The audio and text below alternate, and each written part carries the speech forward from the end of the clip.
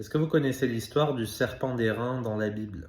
En Nombre chapitre 21, vous avez le peuple de Dieu qui erre dans le désert et qui continue encore et encore à s'impatienter contre l'Éternel. Il regrette l'Égypte avec la soi-disant meilleure nourriture, il critique la manne que Dieu fait tomber du ciel, etc. Et Dieu qui en a absolument ras-le-bol, il décide d'envoyer des serpents pour les punir. Et imaginez que ça vous arrive, c'est normal qu'après vous allez vous repentir et c'est ce qu'ils vont faire en allant voir Moïse en demandant que tout ça s'arrête. Donc Moïse il consulte l'Éternel et l'Éternel lui dit de se fabriquer un serpent d'airain, un serpent venimeux, et de le mettre sur une perche, et quiconque regardera ce serpent, il faut simplement le regarder, eh bien il sera guéri. C'est évidemment ce qui se passe et du coup beaucoup vont être guéris et cela ça va servir à préfigurer le salut en Jésus-Christ.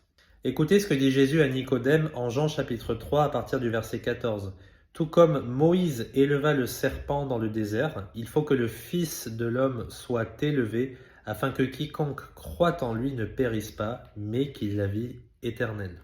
Donc il y a plusieurs choses à apprendre ici. Tout d'abord, tout comme c'était facile d'être guéri sous l'ancienne alliance simplement en regardant le serpent, de la même manière, en Jésus-Christ, c'est très facile d'être sauvé de nos péchés. Il suffit simplement de croire en lui. Il n'y a pas d'œuvres ici qui sont prises en compte, c'est simplement notre foi qui nous sauve.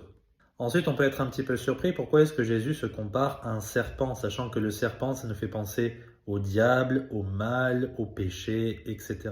Eh bien, c'est une super analogie, je vais vous expliquer pourquoi. Rappelez-vous ce qui va se passer à la croix, Jésus, il va être pendu au bois, et dans la loi, il est écrit « Maudit est celui qui est pendu au bois ».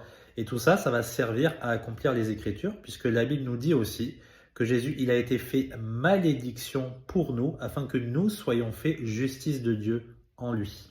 Donc en Jésus, il a pris tous les péchés de l'humanité sur lui-même, il a été fait péché pour nous, la Bible dit. Donc c'est pour ça que le serpent est représentatif du moment où Jésus, il va prendre tous les péchés sur lui-même à la croix, avant de les crucifier et d'obtenir pour nous la victoire sur la mort. Je rappelle que Dieu aussi dans l'Ancien Testament, il dit « Regardez à moi et soyez sauvés ».